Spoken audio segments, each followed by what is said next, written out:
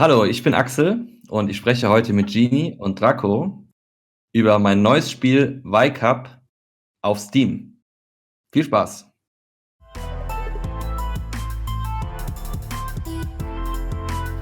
Hey everybody, and welcome back to another episode here at the Bammsters Rated R Show. It is me, G, and somewhere there's a Drac, somewhere there's an Axel. Not Axel Foley, unfortunately, because he was too expensive. We got another one from Germany, like spare parts Axel.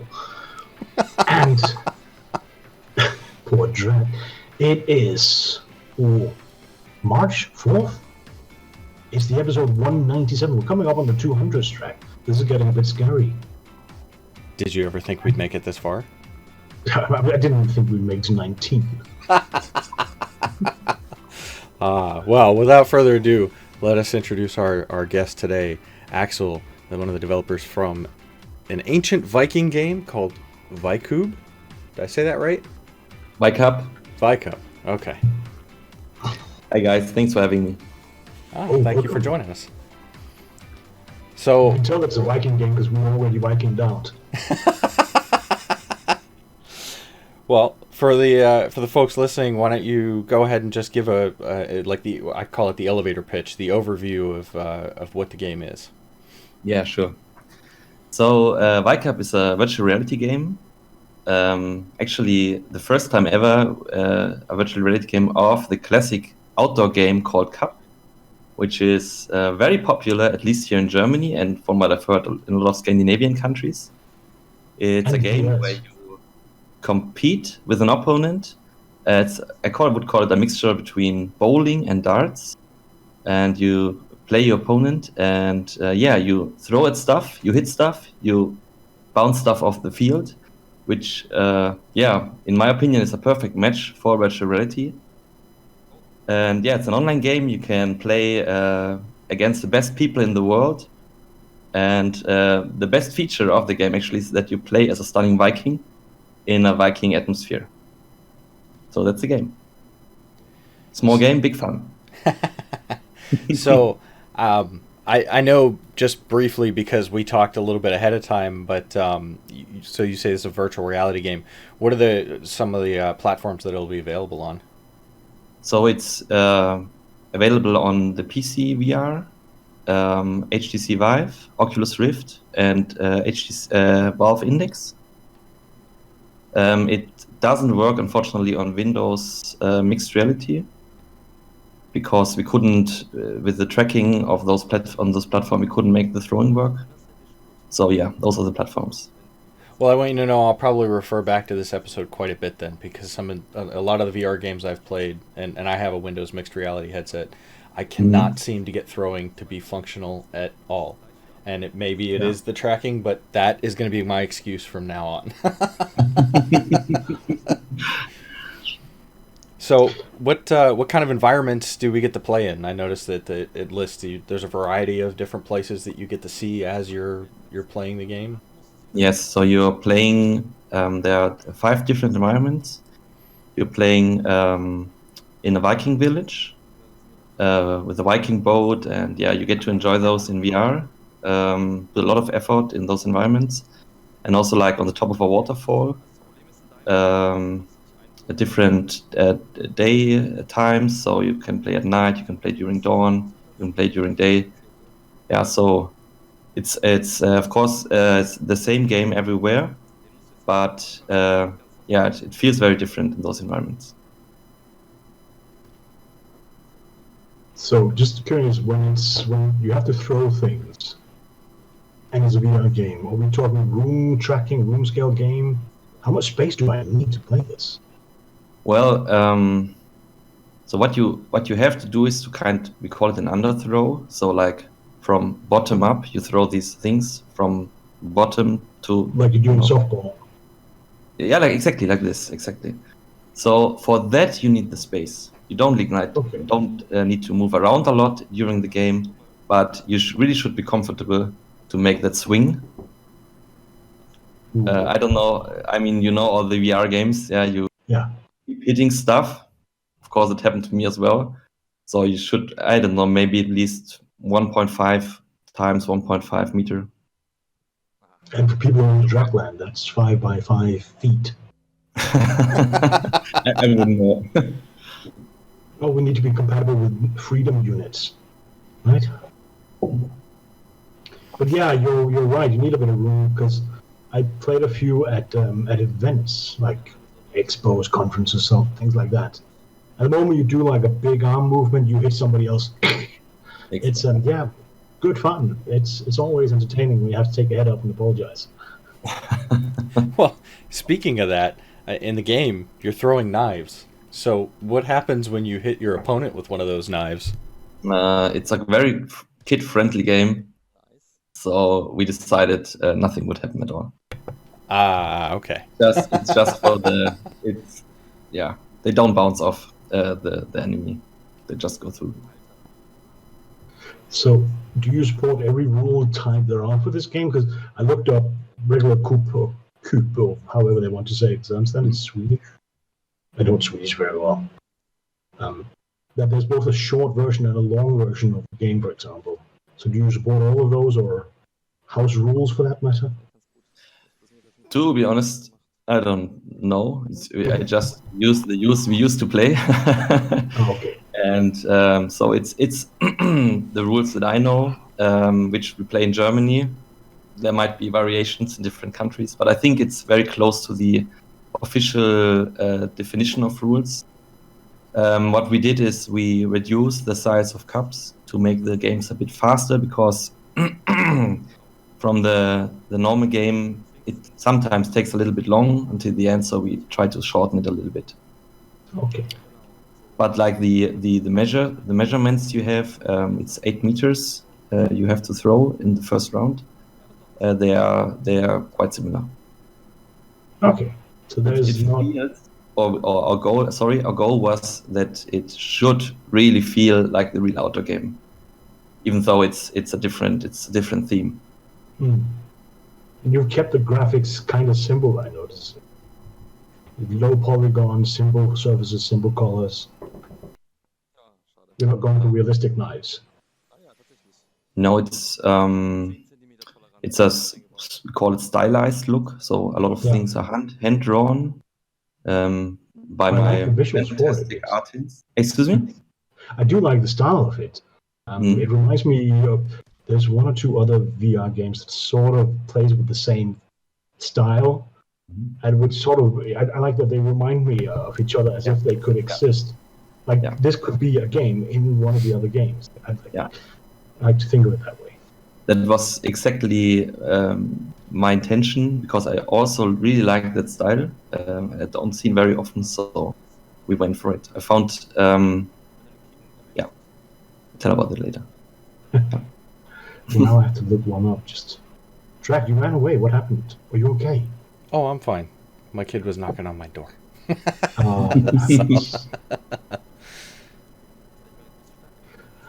Okay, and there's always 5 pins on each side, or 5. I saw somebody refer to them as skulls. That seemed a bit weird.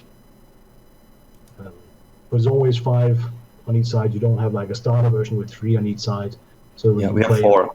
We use 4. 4. Mm-hmm. Okay. So I'm just thinking, for those of us that don't play, or for those that don't play much in VR, or smaller, perhaps less than 8 by 8, just to get into it. Does the field size ever change, or is it always 8 by 8? No, it's always 8 times 5 meters. Or 8 times 5, okay. Yeah, so it's sorry? Oh, no. So just to go along, keep going with the way the rules work. So you said you're using 4 of the little guys, and then there's I think what's called the king in the center that you don't knock over, at least initially. Exactly. And then how does the game progress as you knock these things over? So what happens is, so your goal is like every player has 4 of those, call them cups, on their side. And what you have to do is you get these knives and you have to do the underthrow and hit them and pull them over. And once you cleared all those cups from your enemy side, then you are allowed to hit the figure which stands in the middle of the field, which is the king. And once you hit the king, you won the game. The problem is, every time you clear something, the enemy is allowed to put them on your side. So it sounds a bit complicated now, but in the game it's like a steady flow. You place those cups on the enemy's field, and then you try to hit them again with your sticks. So your strategy can be to like try to place them at the same point on the game and try to hit multiple with the same dagger you throw, or you can like place them in the back because it gives your enemy lesser options. So there's a bit of strategy involved, but most important, a bit of luck as well.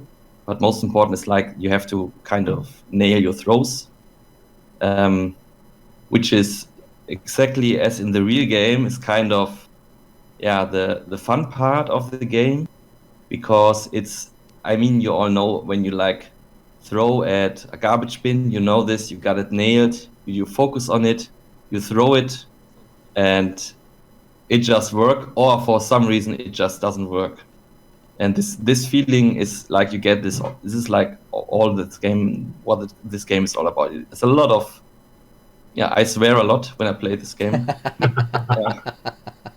And sometimes just fun things happen on the field. So, it's physics. It's random things can happen, and that's also like the fun thing in the original game. And we tried to nail that aspect as well as we could, and I think we got it quite well.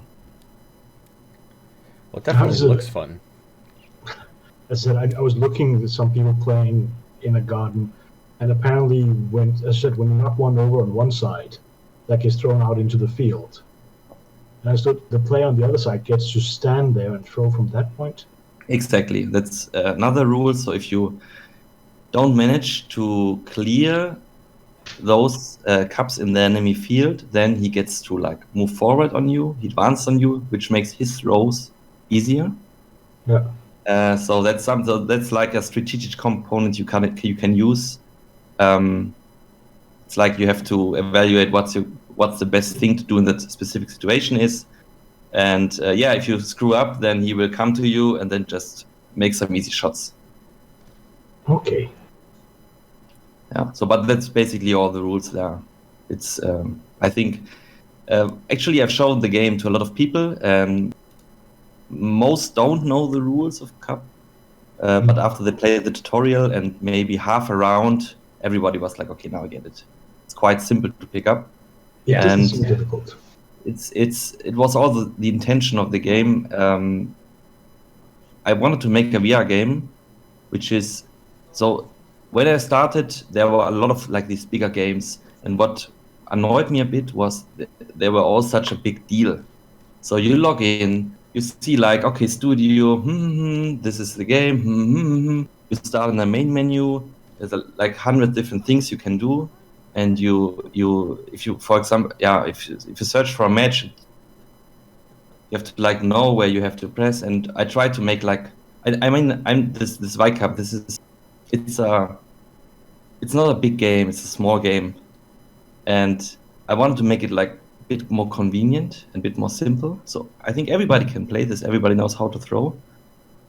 And so it's like you get in, you hop in, you press one button or two, the game starts, you play a round, you play another round, you leave the game, you have a good time, maybe you meet someone who's interesting, you can chat. It's a relaxed, a bit casual experience. That's a good place for VR. Yeah, exactly. And so that was also it took us actually quite some while to get there, because it's challenging to do things simple in VR actually. But we try to achieve that. Okay. I don't play much VR, and when I get a VR headset on, 30 minutes, that's it for me. More than that, I can't stand it. Yeah. I can have fun 30 minutes, but perhaps I'm getting old. I don't know. I know what you mean. I know people who play Eve Valkyrie. I saw some people playing 6-8 hours. Wow. I can't even play that game 6 hours normal without the VR headset. I guess VR is the normal. I think Yeah, in the part it more- depends on what you're doing. The more active you are, I think the more frequent breaks you need to take just to kind of cool off, because Yeah. it gets pretty warm inside a VR headset when you're jumping around and stuff. But Cool. I'd say the only thing I think this game is missing is the beer drinking while you're playing the game. Yeah, I know. Yes. Yeah. But yeah, I don't. How do you do that with the headsets? A straw. You have to have a straw. There are these trackers. Yeah, you can put on things. You buy one tracker for, I don't know, €100, and you can put them on anything. And then you can see it in VR. There you go. That could work. Actually, I think someone made a mod or something which you can like use in every game, and you see the beer in every game where it is. Yeah, I saw something about that. That somebody did make a beer tracker thing. Yeah, Genius. should be.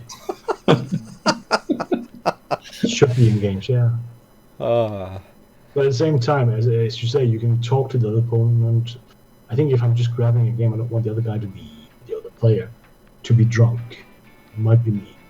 I mean, if I'm drunk, they can be drunk. That's okay. But if I'm sober, I spend enough time on this show with Drac or Bambi, piss-faced. Yeah, I don't know what you're talking about. Mr. Oh, I just tried my cider. Hey. How was it that you dipped into your cider? It was good stuff. It is good stuff. Well, we should be drinking meat tonight because we're talking Viking games. That's true. That's true. So I'm gonna switch it up a little bit, Axel. I wanted to ask a little bit more about you and how did you get into making video games, and what made you choose VR? Yeah. So, I mean, the VR made me choose to try to make a game. So it's difficult to answer. I wasn't considering making no non-VR games. Oh, fair enough. I'm actually not a game developer by profession. You are now. Consultant. Yeah, that's great. Really, it feels good. No, I'm actually a consultant IT consultant with a little bit of programming experience when I started. And I got my HTC Vive. I'm a gamer. And I pre-ordered it. I never spent so much money on technical equipment ever in my life. And I don't know, there was a time like on Reddit where people, they built like a parcel tracker to find out how many packages of the Vive went to different countries. It was so crazy. I was like sitting at work and refreshing all the time. I was so excited for my Vive and Vive. I have to check not to spell it wrong. And I got it, and it blew my mind. And there was like this madness in the internet regarding VR, and everyone was like blown away. And then for some reason, I don't know, I just started to play around a bit with Unity. I mean, Unity, I'm sure you know it. Yeah. Like but I don't know if you ever started it, but what you do is you download a free application from the internet. Then there are 2 great tutorials which they introduce you to. You do them, and then you understand, okay, that's how you make games. That's how you do it. Yeah, I skipped the tutorials and kind of regret it. This is weird. No, but it felt like, okay, now I know how I can make a game. And then there was like, okay, how do I make a VR game? I mean, this is magic, right? This is crazy. Yeah. And then what you do is you press like 3 clicks in Unity. You like create a room, or you download some asset, and it's 1 minute work, and then you put on your headset, and fuck, you're in that room. Can I say fuck? Yeah. Yeah, okay. It blew my mind. It was like, okay, I can create worlds, And so this started, and I started, okay, I need to learn this, and I started reading books and video tutorials about how you make games, how shaders and particle effects and all that stuff you need. And so then we went like camping with friends, and then we played Cup, like we always do. It was summer, and then I was thinking like, okay, this is something that was 2016, June 2016. Oh, And I was like, yeah, some time ago. I was like, okay, this is simple. This is like, okay, some physics, yeah, and some rules. And just have, I know how to do this. And multiplayer, how hard can it be? I mean, I want to do something like small for starters. Yeah. Right. And then I A lot started. of people are going, netcode is easy. Yeah, it's no rocket science, because that's what I love about Unity. A lot of this stuff somebody else figured out for you. So you have to be like, I mean, it's not Lego, but it's kind of similar. And you can, there are risks with it, but you can use third-party products. Usually you have to pay for those, but that's everybody does that. So you can like plug together your game with the components you need. Yeah. If you find a component that does what you need, buy it for, I've seen some of these, 20, 30 euros, not really expensive. For simple things. Yeah. I mean, if it saves you a day, 2 days, 10 days work, already there, it's worth it. Yeah. That's I the like point. that. Also, Sorry, go ahead. it's also a big risk, because I think a lot of newbies do that. They like buy this stuff. It's cheap, as you said, but it's also very risky, because if it breaks, what you're gonna do? So you have an upgrade. It makes development more complicated. It's like if you install stuff in your car which you don't know what's like makes your car faster, and you install it and it breaks. So you have to find like a balance, but it's fantastic if you want to just get started. If you want to work 2 months in a project and get an outcome which you can show, or which you can like try for prototyping, is fantastic. Yeah. So yeah. And today's episode definitely not sponsored by Unity. Yeah, it's no, it's okay. Just But we'd be okay if they wanted to. So were the environments you built those then yourself, and were they inspired by any place in particular? Or? So so at one point, or quite early in the development, so like after I figured out how to program this, was like, okay, you have to make this game like look some way, right? Yeah. And I didn't want to make it like too cheap, but I didn't have high ambitions on the graphics. So what I did actually is I looked up in the Unity store, and I looked what are the things that I like from the art style. So we talked about the art style earlier. There's like this art style I really like, this stylized, hand-drawn fantasy look. And so I found someone, I just contacted him. Like I was like, hey, I like your art. I'm doing this game. I'm some guy. I'm not a studio. I'm just working on this for fun. And how much would you ask to do like a Viking and support this? So I just wanted to know about what I can expect. So from what I learned is it's actually doing a like 3D model character which is fully rigged, like which means you can move him all along. It's a lot of work. It's a couple of weeks work for a professional artist. Right. So it's expensive. Yeah. And this guy, he said, yeah, like, oh, I'm this guy, and oh, you're also your father. I'm gonna be soon a father. Yeah, you know what? I like your. I just sent him a document, some pictures. He's like, I like your pitch, and I'm gonna do this with you. I was like, what? That's cool.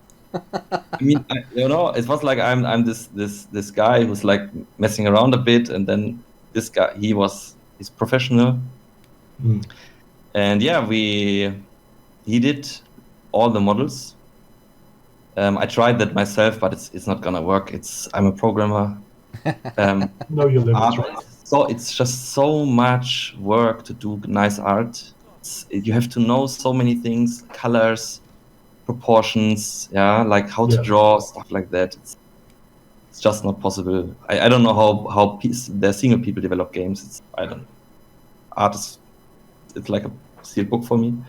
Yeah. So he did this very distinctive art, like these cups. Yeah. So he said like, hey, why don't we make those funny people, little P with those beards, just make the game a bit more interesting. I think it was a very good choice.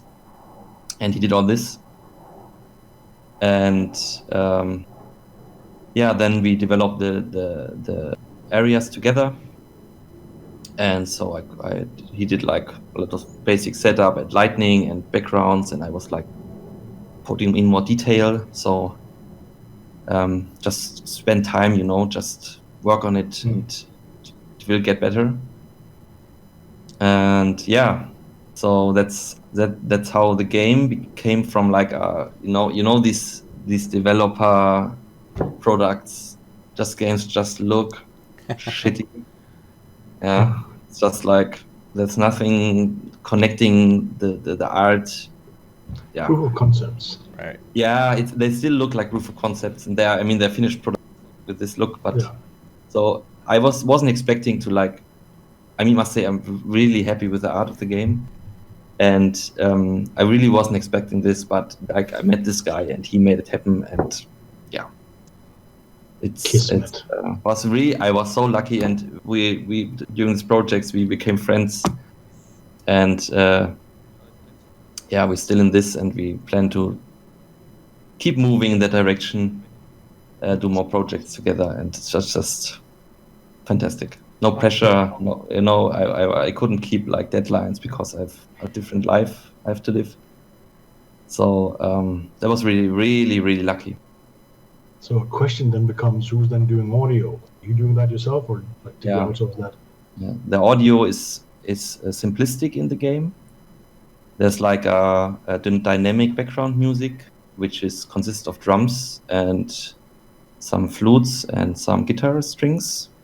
I really want something not pushing, just give you a bit of a rhythm. Some highlights, depending on how the game goes.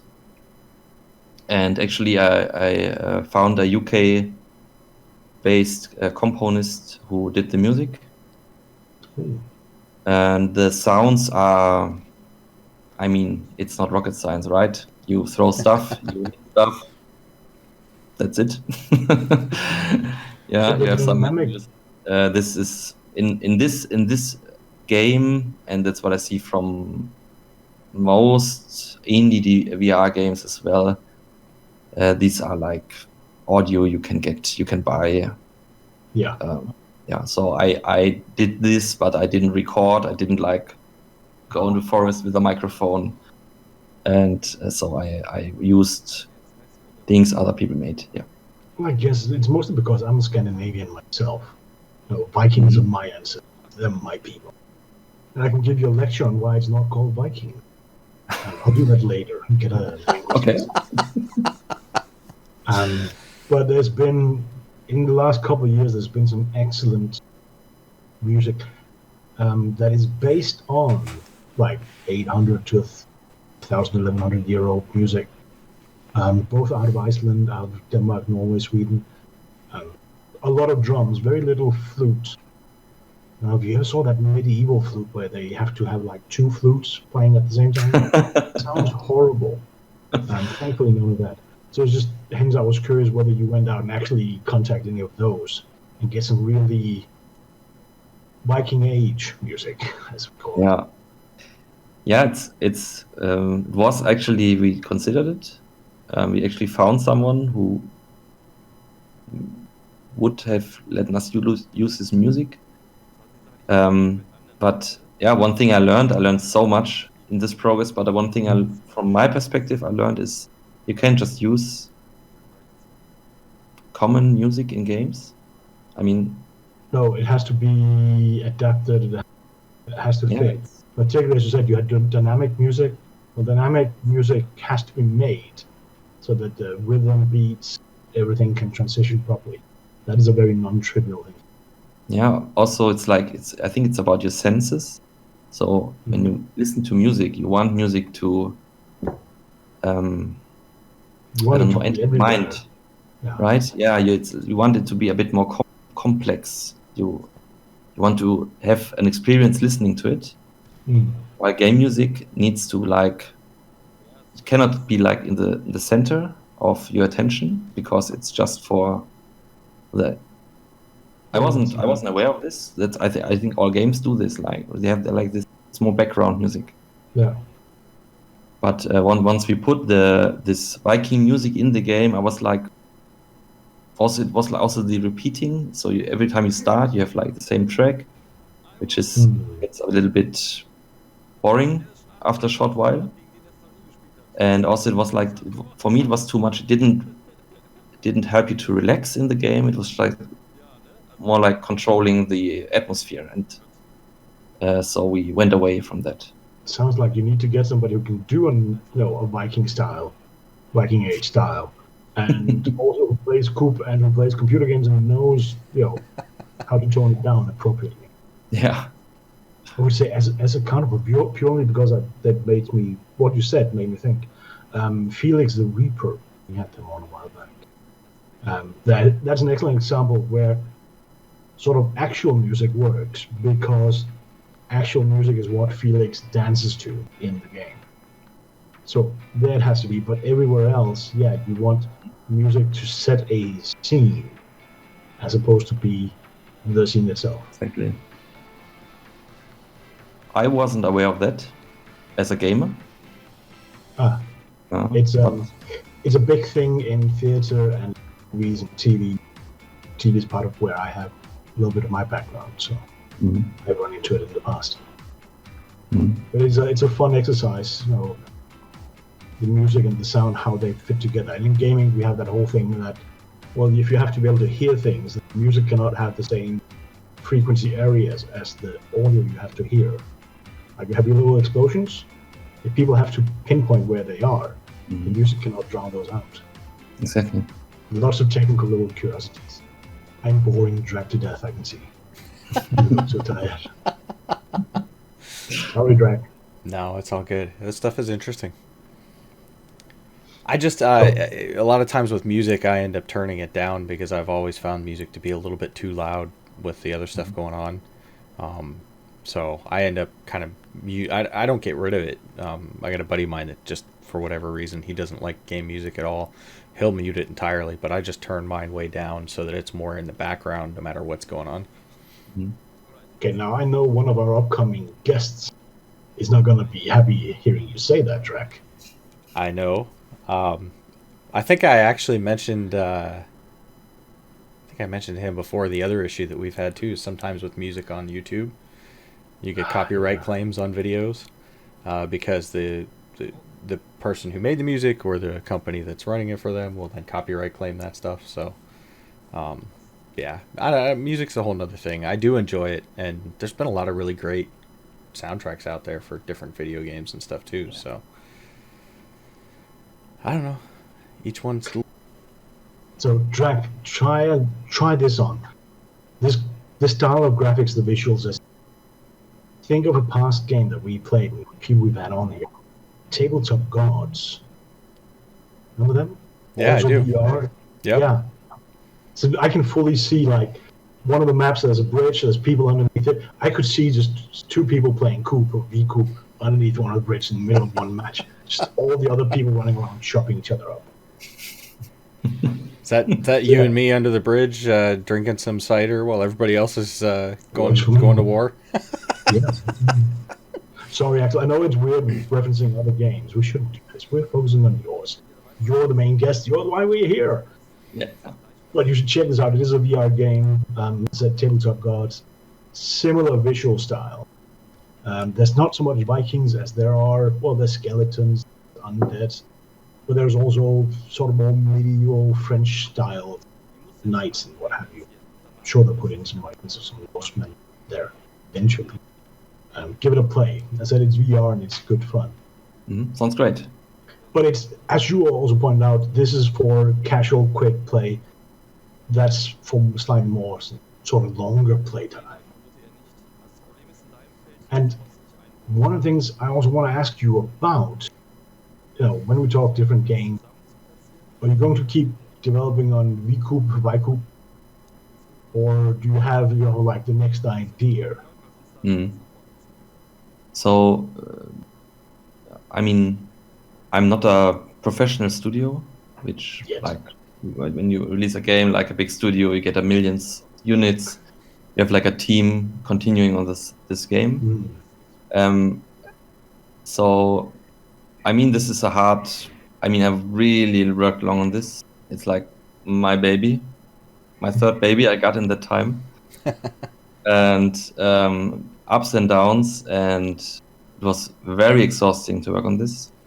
But I loved every second. That's not true, but I loved a lot of time of that process. I learned a lot. And so, of course, I have an intention to continue working on this and make it better and make it bigger. But it depends on how it's received. Yeah. So if nobody plays it, and I mean I can see that now, it's I actually quite a few people bought it, and I'm really happy about this. And so people keep playing it. I'm getting not very much, but the feedback I got was very, very nice. And so that's really motivating. And of course, as long as I can see this is happening, that's going to be my priority to make things work. I'm getting bug reports, of course, more people playing it. They discover some bugs. Of course, I'm going to fix those. I mean, I want this to be a really nice product, a really nice game to play, to pick up. And so it's also not about the money. It was never about the money for me. It's about creating something people can enjoy. Yeah. And people can laugh in, people can have fun with. So that I want to keep that, of course. So I'm not dropping this project tomorrow. I'm not planning to. Regarding like add-ons or more environments, this is really depends on. I mean, the game released 3 days ago. Let's see how the problem in VR you have that multiplayer-centric games, they have a hard time. We are, of course, aware of that because you need a lot of people to be online at the same time. We have some boni in the game to compensate for that. So one is you only need one opponent to play. So you don't need to wait for a team of 8 people, which never happens. So it means you should be able to find a game rather quickly. And also there's like the one thing I made about making it a bit more convenient. So that's a feature you can actually start the game, you play against an AI opponent, and at the same time you search for a game. So you can warm up a little bit, and then at some point someone will join. You can play him, and so yeah, I'm just we see how it turns out eventually, but I'm really just hoping we get a stable player base on this, or at least just some guys, like you know each other. You have I see a lot of people, they're meeting and playing VR games. So like you have a loop, and you just play around the two to warm up for your VR session, or to finish it, or in between have a little bit, not so stressful experience, and laugh a little bit, have a beer, and then you're good. So that's That's a little bit the idea. It's also the pricing of the game. It's $3.99. That's We nice and cheap. decided to make it cheap because we don't have to pay bills from this game, so it doesn't really matter if we make any money. Well, nice, a little bit. It's a very comfortable situation that I'm in because I'm not relying on this. So I have a job. Yeah, that's makes it. I think that makes game dev a lot more fun. It makes it, of course, very exhausting because you have to balance your life. I have a family. I have a demanding job. Yeah. And this, and then there's like the spark, and you're not. It's a lot of work, and you have it in your head all the time, but you don't find time to fix it. This really difficult sometimes. But on the other hand, I'm very flexible. You can just do whatever you want. You can be creative. And you can make decisions like that, and you don't have to. I guess you can that's just making a fun game you ever wanted, you know. I'm thinking there's an element of scale where you say, well, up until a certain level in the game or in the game development, you can rely on having but after that point, the more polish you need to put in, the bigger the game gets, the harder it is to do that in parallel to the game, to the job. We're seeing a lot of indies who go, we'll develop our game in 3 years while we have, and then they realize it's the day job that is financing this development that's taking all their time. They can't actually do it in the time they allocated. It seems to be quite a common headache. Yeah, it's very hard if you're new to this. It's very hard to estimate what we mean. Oh, yes. I mean, I have some programming experience background before the game. Not so much, but a little. And I was like, okay, I understood Unity, and it was like, think, okay, half a year, 1 year, if I keep it slow, I'm gonna be there at some point. So it's now 4 years later, or 3.5 years later. And you underestimate it by factor. I think everybody who's new underestimated by factor 10. How much work it actually is. So, and actually they were at the same point. I was thinking, okay, I need more features. I had so many ideas. Yeah, you can always do more. You can do more environments. You can do different game modes. You can I wanted to do a tournament system where you can meet once a week and play a tournament. And these are still ideas we have, but at some point we just decided, okay, screw this, just focus, finish it, and get it out, because otherwise it's, and this word, they say the feature creep, but this is really, if it's, the problem is, as I said, it's my baby, and you want your baby to be perfect, and it's never perfect. No games, right? Games always have flaws, and I think when people in magazines they write about this is crap, or people online they comment this is crap, I'm really sure the developer of this feature, he knows about that very, very well. He's really, and he wants to fix it with his heart. Sorry. And there are some reasons that he wasn't able to do it, whatever that is. Yeah. No, it's always when yes, we can pick out every single bug. We can go down into weird details, but there's a point where it just doesn't help. Yeah. Doesn't add anything more. Well, it's funny how, being on the other side of things, you said that you yourself are a gamer, and now having been spending all this time making games and bug fixing and stuff, seeing the other side of that kind of does give you a different perspective on things. Yes. It's I love games much more since I do it. So, for example, I played Link's Awakening just on Switch, and I love the old Zelda games. Of course, I'm 37. I grew up with Link to the Past. Mm-hmm. But I played it on the Switch, and the love that went into you can feel it in every screen you play. I don't know if you played it, but it's Track game. I enjoyed it so much, and I'm not sure I would have done the same. Also, indie games, yeah, it's those people, the people like me, they're just working their asses off to get their vision done, and then you play it and you say, okay, this is fun, and it's been like a fantastic job.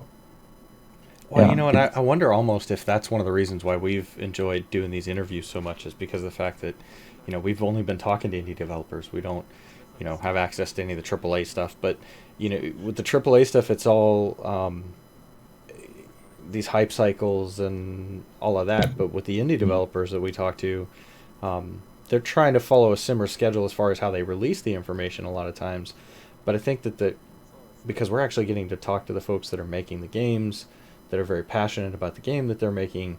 That passion, a lot of times, it comes through too when we get to talk to them and they're talking about different parts of the game that they were working on. And I don't know, I think that's probably much more interesting than a lot of videos you get from the big studios that are just pre-produced and go through this whole script and everything. So yeah, it's really neat getting to talk to all you guys making this stuff. Yeah, it's I think you can't really compare it, right? Yeah. Can be fun, but they're different. They're different products. I keep saying product. It's really strange, but for a studio, that's what it is. Yeah, it's something. Yeah. Yeah, it has a life cycle. You start, you try, and finishing a game is really difficult. Well, you chose a multiplayer game. That's difficult to finish. Wasn't a good decision.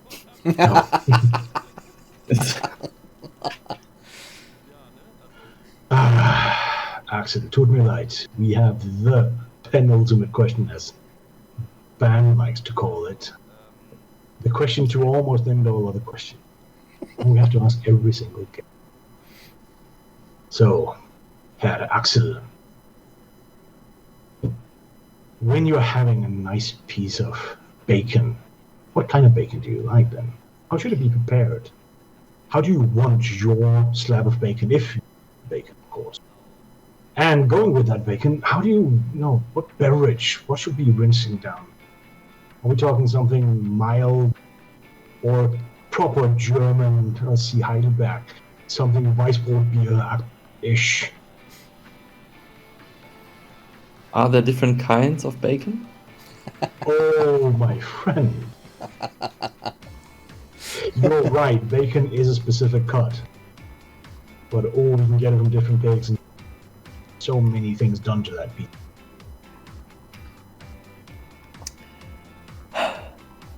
So, what I love... Perfect timing for the video to freeze.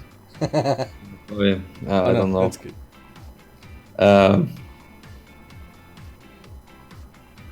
I love just bacon with eggs.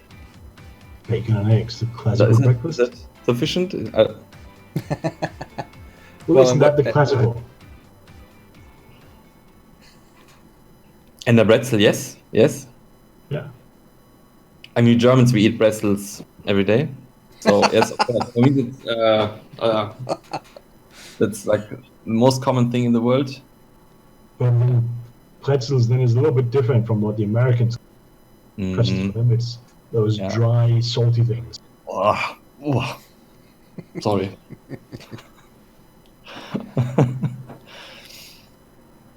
No, pretzels, bacon, yeah, you get a lot of salt.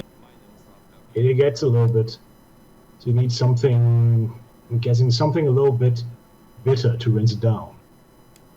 To deal with the salt and to deal with the all the fat.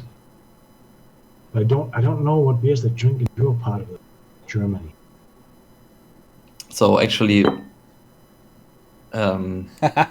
he's got one on standby. I needed to ease up a little bit before. No, it's empty. This isn't just Coke. The cliche is true. Bavarian beer is the best beer in the world. Doesn't really matter which one you buy. You just go there in the supermarket, you buy it. It has, it usually has a Bavarian flag on it. It's like this white, blue, striped. What's it called? Chiemsee? What? Chiemsee. It's like an area east of Munich. Okay. It's like a big lake, a famous lake in Germany, and it's a very good beer. I'll have to try it. I've been to Bavaria a few times. Don't think I've had beer. No, it's actually quite popular. Also, Augustiner. Not sure if you heard of that. That I have heard of and not had it, but It's fantastic. because unfortunately I'm up here in Köln, well, Aachen. Kirsch, oh no, not good. No. Most northern German beers, eh? I still have a large beer stein from one of the times I was in Bavaria for, I think it was Lauenbrau is the brand name on it. You would, it's in Germany you'd say Löwenbräu, Löwenbräu, okay. like lion brew, lion's brew. Okay. Yeah, the ladies that were serving that stuff were extremely intimidating. I think their arms were larger around than my legs, and they would take. Was it 4? I think they'd have 4 of these, and these things are very large mugs, full. Stack 4 more on top in each arm, as they would carry them around and then distribute them out. It's just like, whoa. Well, those are 2 liters, no? You get the really big ones. Yeah, I'd have to look at it. They're called a mass, and they are 1 liter. So, but there might be bigger ones, but the normal ones are 1 liter. I hope I'm not saying something stupid right now. No, I think it probably was a liter. I don't think it was a 2-liter one. How many did you have? Oh, back then I think when I came home with that mug, I was only 16. I think I only had 1.